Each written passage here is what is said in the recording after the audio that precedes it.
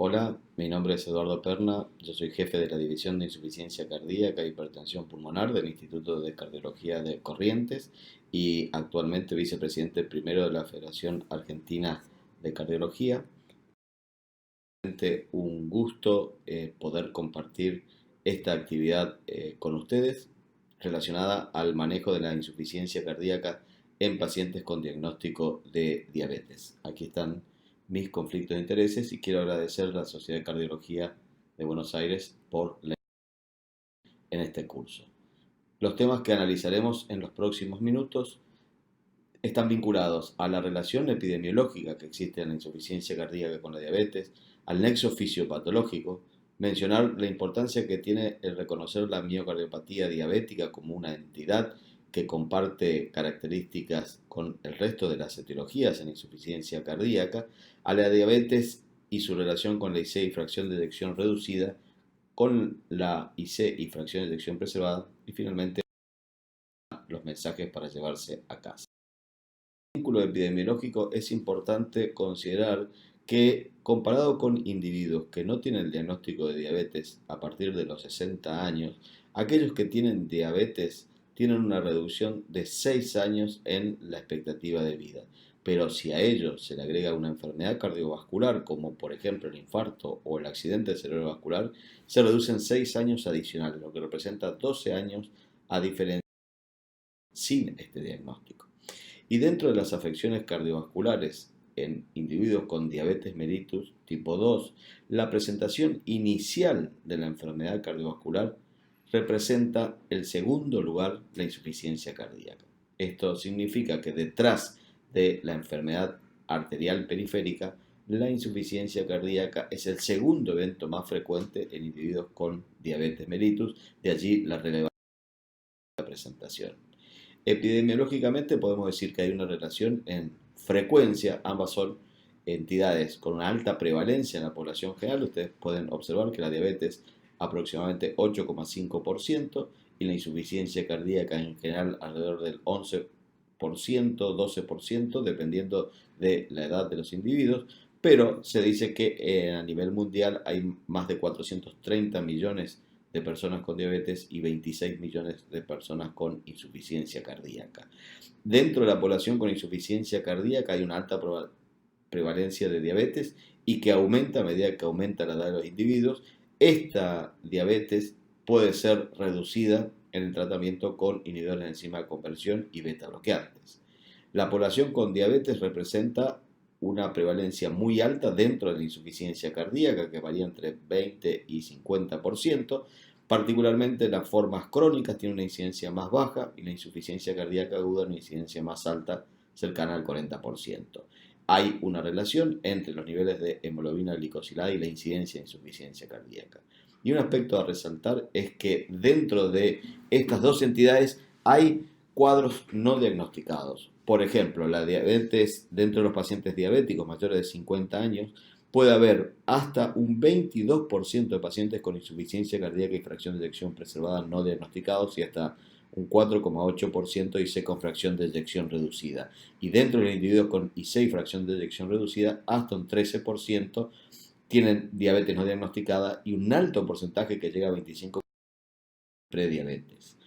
Claramente hay un impacto pronóstico de la diabetes dentro de la insuficiencia cardíaca y es muy interesante porque este gráfico les muestra, por un lado, que los pacientes que tienen IC con fracción de eyección reducida tienen mayor riesgo que los que tienen IC con fracción de eyección preservada, pero particularmente la diabetes le imprime un riesgo mucho mayor a cada uno de estos dos grupos de fenotípicos de insuficiencia cardíaca, de tal manera que un paciente diabético con IC y fracción de eyección preservada tiene el mismo riesgo que un paciente no diabético con IC y fracción de eyección reducida.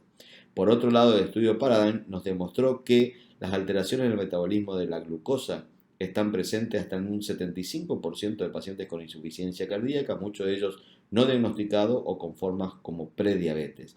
Y pueden ver que hay un gradiente de riesgo según el nivel de alteración del metabolismo de la glucosa comparado con individuos normales, poniendo en relevancia la importancia que tiene identificar en pacientes con diabetes la insuficiencia cardíaca y en pacientes con insuficiencia cardíaca diabetes.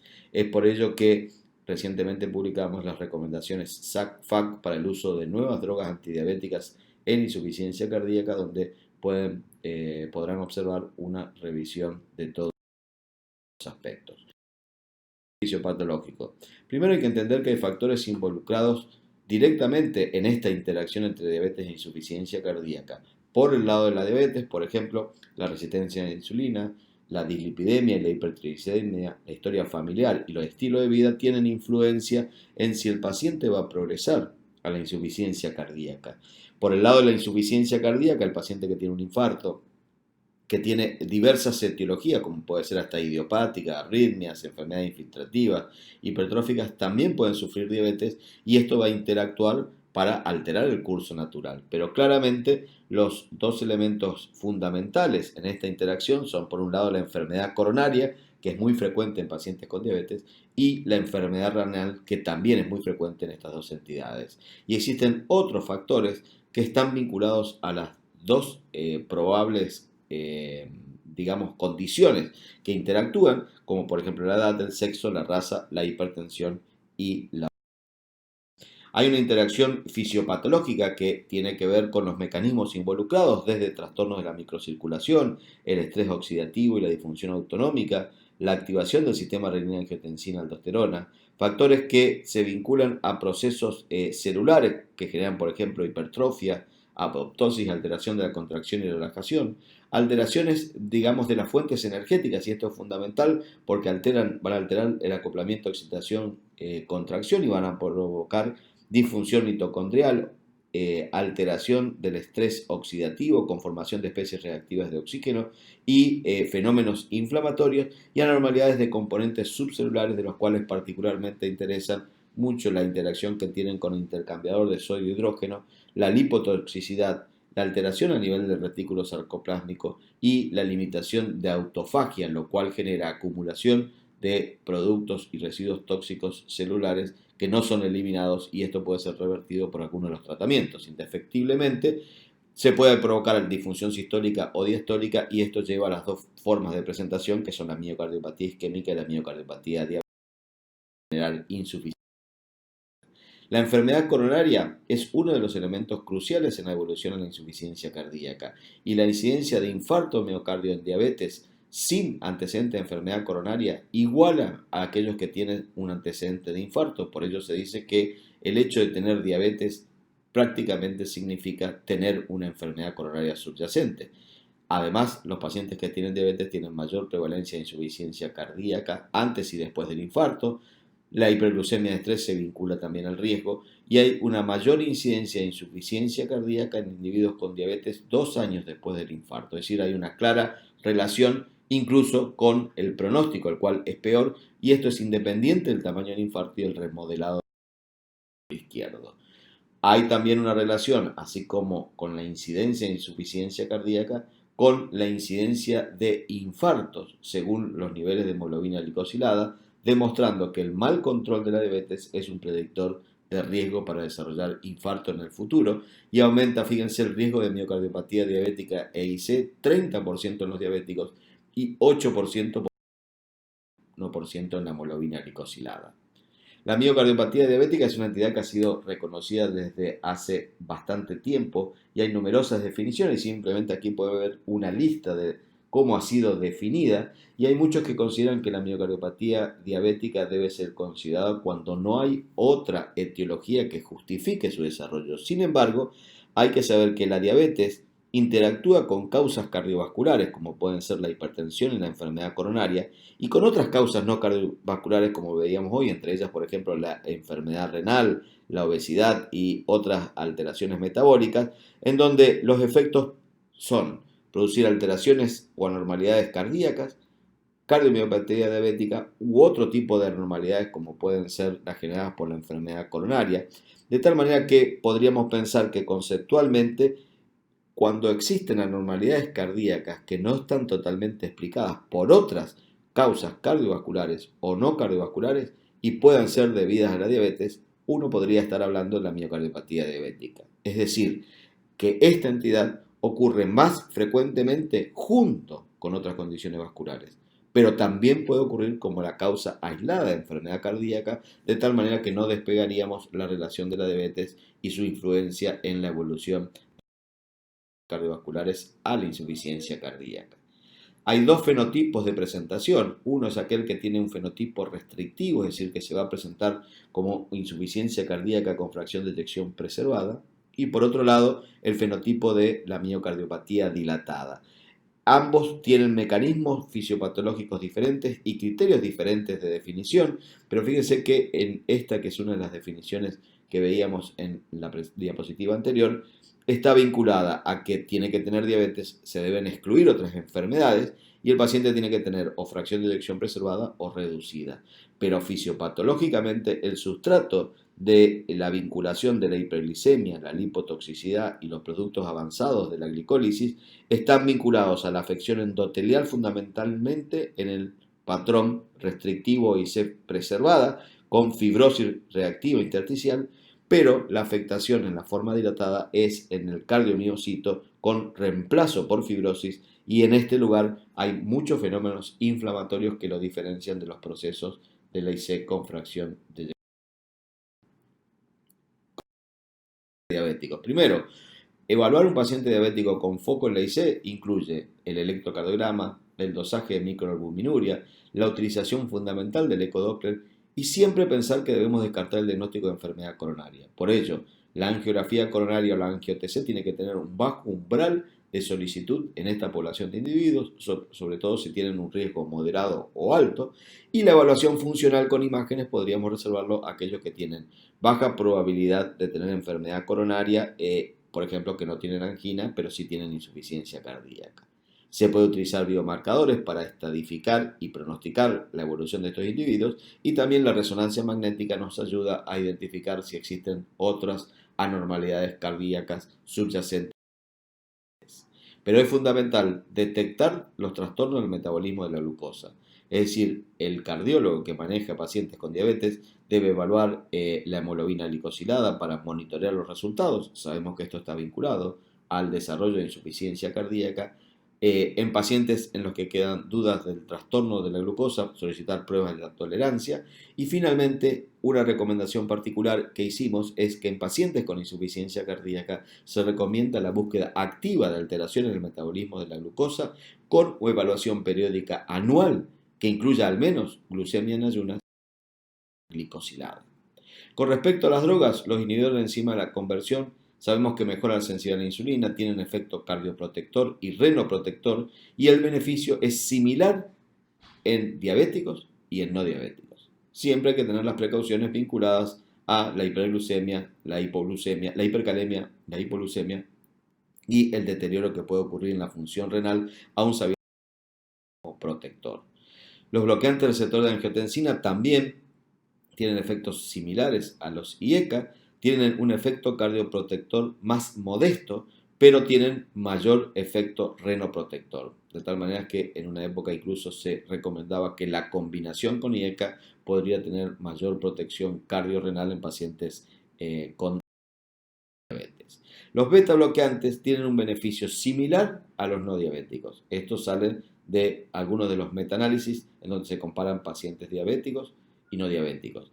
Hay un temor porque estos pueden enmascarar los fenómenos de hipoglucemia y tal es así que el análisis del tipo de beta bloqueante a utilizar es fundamental sobre las repercusiones que van a tener en el manejo de estos individuos. Este efecto, el control de la hiperglucemia y la hipertensión con IECA y beta bloqueantes, puede evitar el proceso de remodelado ventricular y incluso el carvedilol está vinculado a reversión del remodelado de diabetes. Decíamos que de los beta bloqueantes el carvedilol tiene un efecto contrario sobre la sensibilidad a la insulina, que es similar al efecto metabólico de los sensibilizadores a la insulina, de tal manera que uno podría pensar que el carvedilol podría tener cierta superioridad a la luz de algunos resultados, no comparaciones directas, pero por ejemplo comparaciones de los resultados del MEDIT con el US Carvedilol, en donde ustedes pueden observar que el efecto dentro de la población con diabetes es más beneficioso con carvedilol que con metoprolol. Sin embargo, no hay diferencias claras al momento de la insuficiencia cardíaca. El sacubitrilo valsartán ha demostrado que es efectivo en la población global con una reducción muy significativa en el riesgo de eventos, una reducción del 20% de la mortalidad y la progresión a hospitalización por insuficiencia cardíaca, y este beneficio ocurre en pacientes normoglucémicos con prediabetes, diabetes no diagnosticada y con diabetes. Es decir, hay beneficios de diabetes, pero además tienen un beneficio adicional ya que tienen un efecto en los cambios de la hemoglobina glicosilada, que son más importantes en los pacientes que reciben sacubitril o valsartán que los que reciben enalapril con niveles más bajos, pero además retrasa el tiempo al inicio de la insulina, demostrando cierto efecto antidiabético como droga cardíaca. Hasta hace poco sabíamos que el tratamiento clásico de la insuficiencia cardíaca era la combinación de ARNI, beta bloqueante y un antagonista del receptor mineralocorticoide. ¿Por qué? Porque comparado con placebo reducen un 62% el riesgo de mortalidad. Posteriormente, esto nos indujo a recomendar que en pacientes con diabetes mellitus el tratamiento es similar. Utilizar diuréticos, utilizar antagonistas del sistema renina-angiotensina-aldosterona, considerando que el ARNI sería, digamos, la primera opción para utilizar a estos individuos. En aquellos que tienen disfunción ventricular izquierda sintomática, dado que todavía no hay evidencia con los ARNI, serían los IECA. Se puede utilizar en forma segura durante una hospitalización. Los mismos los beta bloqueantes, los antagonistas del receptor mineralocorticoide, la ivabradina y la digoxina. Todas estas drogas han demostrado ser útiles en el manejo de pacientes con insuficiencia cardíaca que es independiente del diagnóstico de diabetes. Ahora, en los pacientes con diabetes mellitus, surgieron resultados interesantes cuando se analizó el vínculo con la progresión a insuficiencia cardíaca. Y estas nuevas drogas, como los inhibidores de los DPP4, los agonistas del receptor GLP1 y los inhibidores SGLT2, ustedes pueden ver que si bien tiene un efecto, muchos de ellos benéficos, particularmente sobre el control de la glucemia, no todos tienen el mismo efecto sobre eventos cardiovasculares mayores, como por ejemplo pueden observar que los agonistas de los del receptor GLP1 tienen el beneficio favorable, otros tienen efecto neutro y los inhibidores SGLT2 tienen efectos benéficos, pero particularmente sobre las hospitalizaciones por insuficiencia cardíaca, fíjense que los inhibidores SGLT2 tienen el beneficio que es un efecto contundente. ¿Por qué? Porque si analizamos los resultados de la dapaglifosina, la canaglifosina, la ertuglifosina y la empagliflozina, ustedes pueden observar que aún considerando que son poblaciones de distintos niveles de riesgo, se han visto que las reducciones en los eventos cardiovasculares mayores es variable según alguna de las drogas. Unos han logrado resultados significativos y otros no, pero el efecto sobre la insuficiencia cardíaca ha sido consistente en considerarse un efecto de clase. Y estos beneficios son independientes de la historia de enfermedad cardiovascular, de la presencia de insuficiencia cardíaca previa y en entrada glomerular. Pero recientemente esto se ha expandido porque el estudio DAPA demostró que en pacientes con insuficiencia cardíaca con o sin diagnóstico de diabetes se observó una reducción significativa del punto final primario de muerte cardiovascular, insuficiencia cardíaca o visita urgente por insuficiencia cardíaca, una reducción del 26%, una reducción del 17% de la mortalidad cardiovascular, 30% de la hospitalización por insuficiencia cardíaca y 18% de la mortalidad cardíaca. Usando el concepto que el efecto de los inhibidores de SGLT2 en pacientes con diagnóstico de diabetes, previniendo la insuficiencia cardíaca, se potencia aún en pacientes con insuficiencia cardíaca, sean o no diabéticos. Y esta diapositiva en este subanálisis del DAPA Heart Failure nos muestra dos o tres datos importantes. El primero de ellos es que si comparamos la evolución en pacientes con y sin diabetes, la presencia de diabetes implica mayor riesgo. Segundo, el efecto es similar en pacientes que tienen o que no tienen diabetes. Y pueden observar abajo hacia la derecha que independiente del nivel de hemoglobina glicosilada, el efecto sigue siendo consistente y más aún en los pacientes normoglucémicos o en aquellos que tienen prediabetes, el beneficio es similar, de tal manera que uno puede expandir el beneficio a pacientes que no tienen ningún tipo de alteración en el Recientemente se publicó este estudio, que es el estudio Emperor Reduce. El Emperor Reduce lo que hizo es confirmar los datos del DAPA y extenderlo a una población más enferma.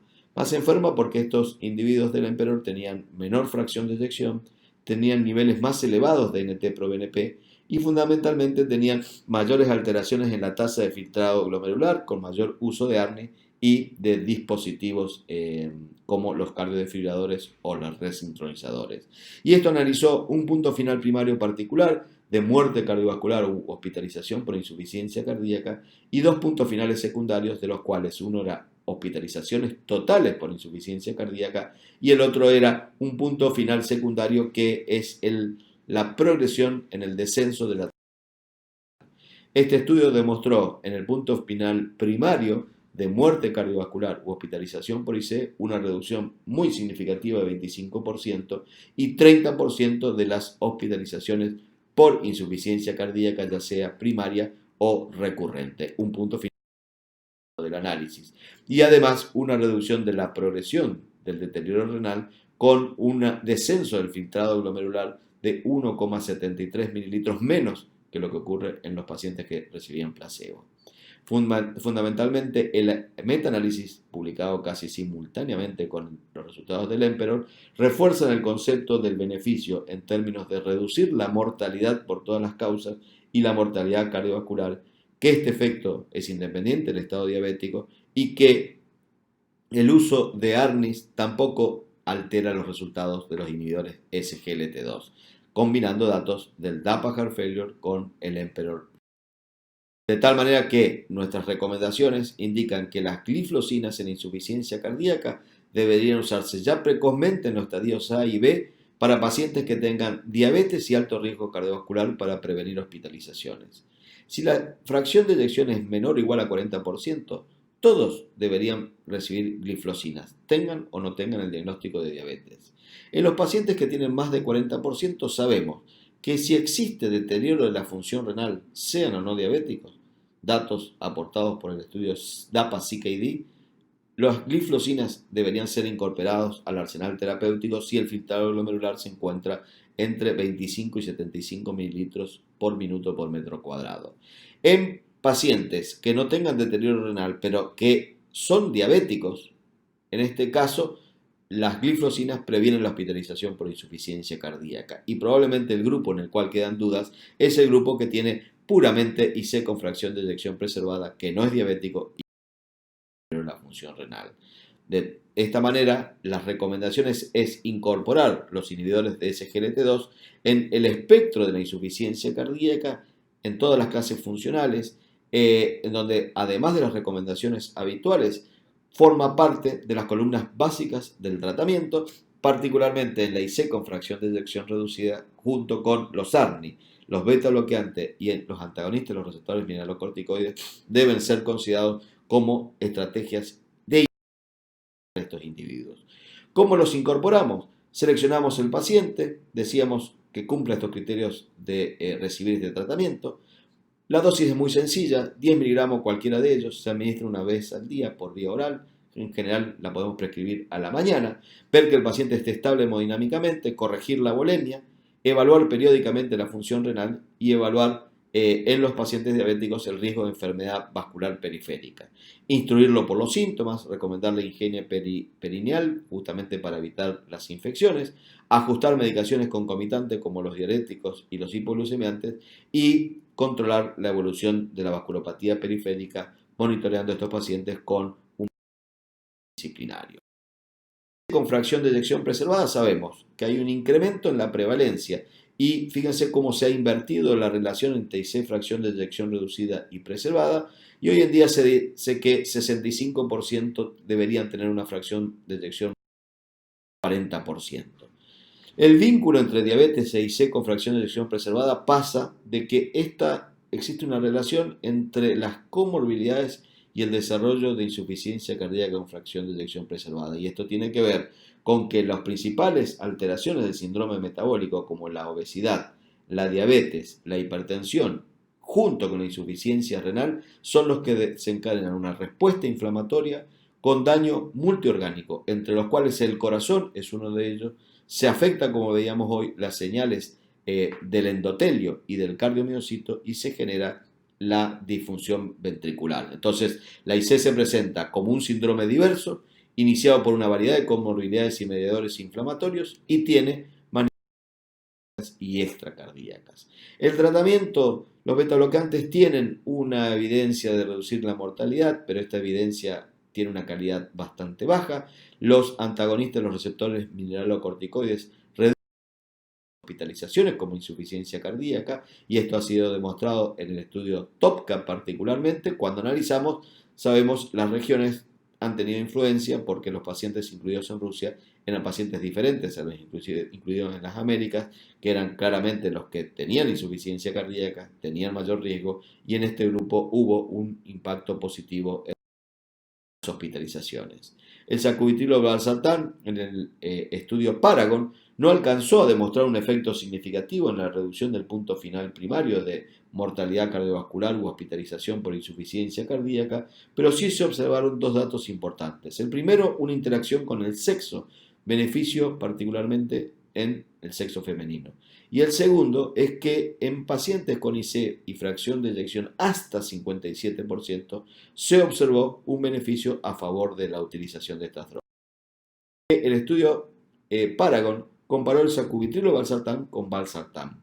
No sabemos qué hubiese pasado si lo comparábamos con placebo. Entonces, muy inteligentemente se hicieron estos análisis tanto en pacientes con IC con fracción de eyección reducida, utilizando datos del Paradigm y del Charm Alternative, y en pacientes tratados con bloqueante receptor de angiotensina a través del Paragon y el Charm Preserve, se puede observar que si nosotros hacemos un análisis imputado, habría un beneficio comparado con placebo y este beneficio se extiende particularmente para reducir mortalidad cardiovascular y hospitalizaciones hasta una fracción de eyección cercana al 55-57%, lo cual habla de que deberíamos pensar en observada por encima de esta fracción de eyección. La inhibición del sistema renina-angiotensina-aldosterona, hay muchas razones por las cuales la utilizamos en IC con fracción de eyección preservada, ya sea porque el paciente es diabético o porque tiene hipertensión arterial o porque tiene algún otro factor que necesita el control a través de estas drogas, y los estudios comparativos en este metaanálisis en red han demostrado que están vinculados a una reducción en las necesidades de hospitalización. Inhibidores SGLT2 y los resultados son más conflictivos, ya que en pacientes con diabetes de alto riesgo cardiovascular el beneficio fundamentalmente se centró en aquellos que tenían fracción de eyección reducida o que tenían insuficiencia cardíaca previa. En aquellos en que la fracción de eyección estaba preservada o no estaba constatada la fracción de eyección, el beneficio fue más dudoso.